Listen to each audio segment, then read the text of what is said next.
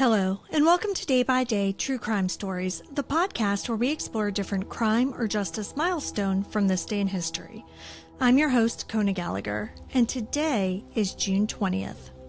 On this day in 1947, one of the most notorious names in American organized crime met a violent end. Benjamin Bugsy Siegel, a man who helped mold the modern mob and laid the groundwork for what would become Las Vegas as we know it, was gunned down in a Beverly Hills mansion. Today, we're going to dive into the life, ambition, and murder of Bugsy Siegel, a man whose dream helped shape a city, but who ultimately couldn't escape the brutal world that he helped build. Let's get started.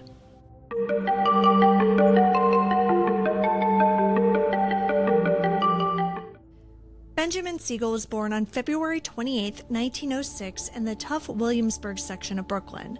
His parents were Jewish immigrants from Austria-Hungary, and they scraped by doing menial labor. Young Ben learned early on that if you wanted something in life, you had to take it.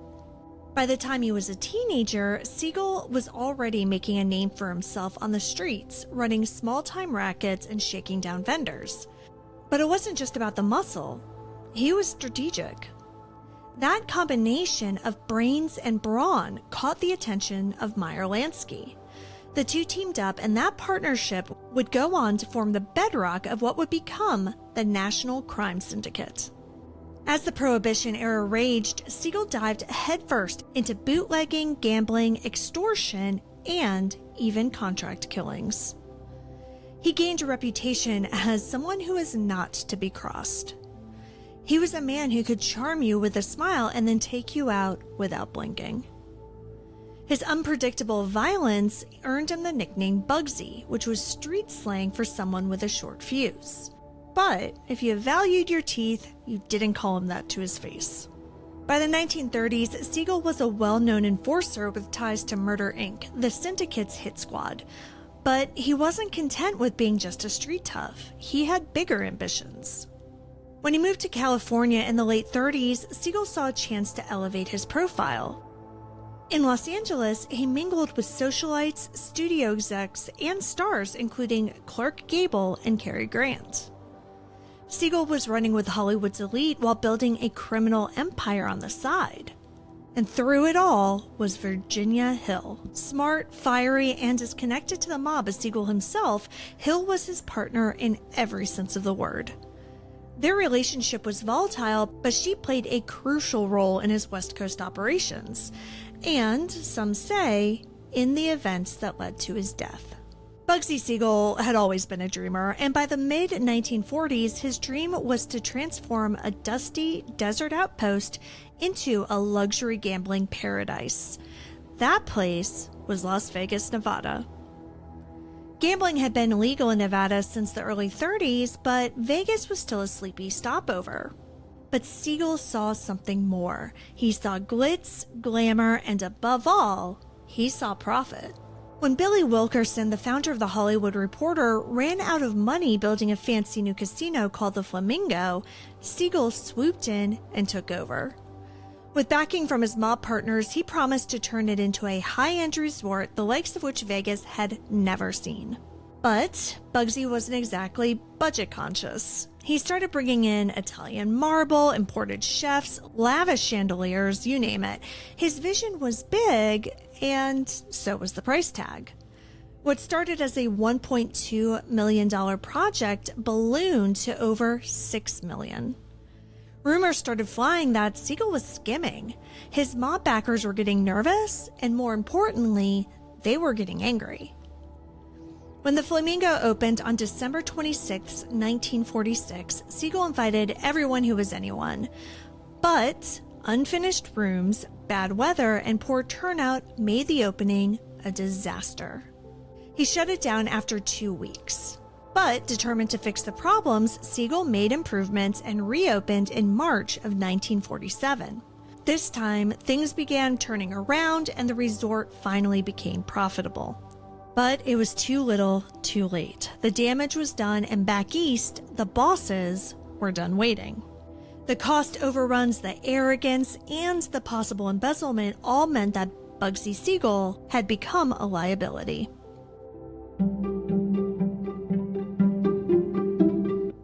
June 20th, 1947 was just another quiet evening in Beverly Hills. Siegel was staying at Virginia Hill's house on North Linden Drive, but she wasn't home.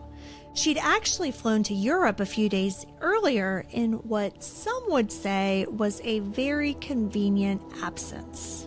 That day, Siegel sat in the living room reading the Los Angeles Times. Also in the house were his associate, Alan Smiley, and Bea Sedway, the wife of fellow mobster Mo Sedway. At 10:45 p.m., a hail of bullets shattered the windows. A gunman outside fired 9 shots from a military-grade rifle. 4 of them hit Siegel, 1 in the head, 1 in the neck, and 2 in the torso. 1 bullet exploded his left eye out of his socket. He died instantly. Smiley and Sedway hit the floor. Neighbors called the police, and within minutes, the house was crawling with officers and reporters. The crime scene photo with Siegel slumped on the couch, bloodied, with one eye gone, became one of the most notorious images in true crime history. But as dramatic as it looked, the killing was swift and clean. The shooter vanished without a trace. The next morning, headlines blared, "Bugsy Siegel slain in Beverly Hills." But within mob circles, it was not a shocking piece of news. Just minutes after the murder, Mo Sedway and Gus Greenbaum walked into the Flamingo and took over operations. Just like that, no questions asked. It was clear the syndicate had made its decision. Siegel had overpromised and underdelivered. He lost their money, he lied about profits, and he possibly pocketed some for himself. He had become a liability, and in the mob world, that's a death sentence. Some believe that Meyer Lansky, Siegel's lifelong friend, tried to protect him, but ultimately gave in to pressure. Others point fingers at Hill, suggesting that she knew the hit was coming and got out of town just in time. The Beverly Hills police investigated, but never made an arrest. The FBI quietly closed their case.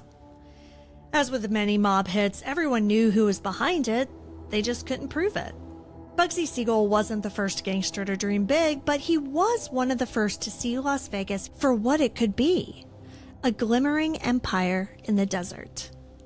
Though he didn't live long enough to see it flourish, his instincts were spot on. After his death, the Flamingo thrived. More casinos followed, and Vegas grew into the glitzy, chaotic, billion-dollar playground that we know today. There's a plaque at the Flamingo honoring Siegel. It doesn't say much about the bloodshed or the betrayal, but it's there, as a small nod to the man who dared to build something bigger. Pop culture has kept Bugsy Siegel's story alive in books and documentaries, to Warren Beatty's Oscar-nominated portrayal in Bugsy. But romanticizing him too much misses the mark. Yes, he had vision, but he also had blood on his hands. He was a gangster, a killer, and a man who thought that he could outplay the very system that he helped create. In the end, his ambition couldn't save him, not from the mob and not from himself. Thank you for joining me on today's episode of Day by Day True Crime Stories. If you found today's episode compelling, please subscribe, rate, and review this podcast. It'll help us grow. And be sure to join me again tomorrow as we explore another significant event in true crime history. Until then, stay safe and remember that behind every headline is a life worth remembering. Day by Day True Crime Stories is a Little Monster production. Hey, you can do it!